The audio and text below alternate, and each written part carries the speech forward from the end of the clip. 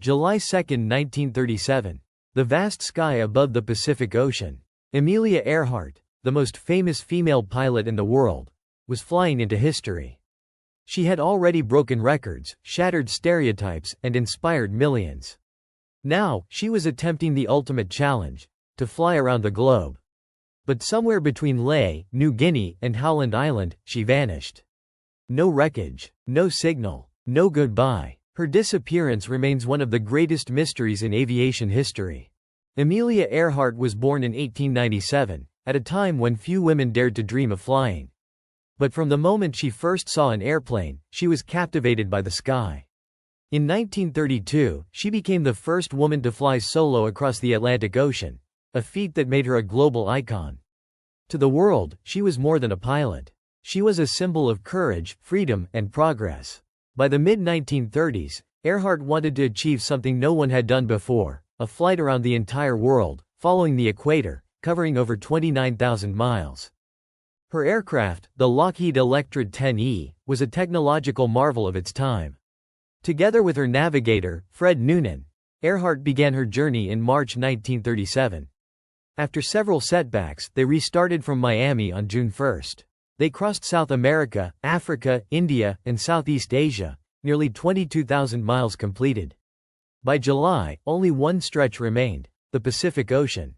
Their next stop was Howland Island, a tiny speck of land in the middle of nowhere, only 2 kilometers long.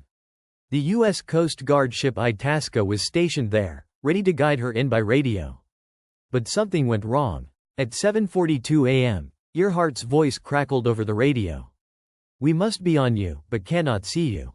Gas is running low." It was the last confirmed transmission ever heard from her. Despite hours of searching, the Itasca crew saw nothing. No plane, no signal, only the endless blue of the Pacific. The U.S. launched the largest search in naval history at the time, 6 aircraft, 9 ships, and weeks of scanning the ocean. They found nothing. For decades, people have tried to solve the mystery. Some believe the Electra ran out of fuel and crashed into the sea, vanishing beneath the waves. Others claim she and Noonan landed on a remote island, such as Nkumaroro, surviving for days or weeks before dying of starvation. In the 1940s, bones and remnants of a woman's shoe were indeed found there. DNA testing has been inconclusive, keeping the mystery alive. There are even more daring theories, that Earhart was captured by the Japanese, or that she was secretly working as a U.S. spy. None have ever been proven.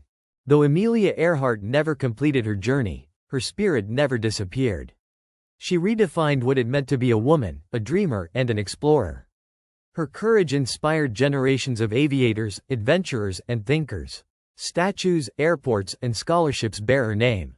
And every time a pilot lifts off into the sky, chasing the horizon, a part of Amelia flies with them.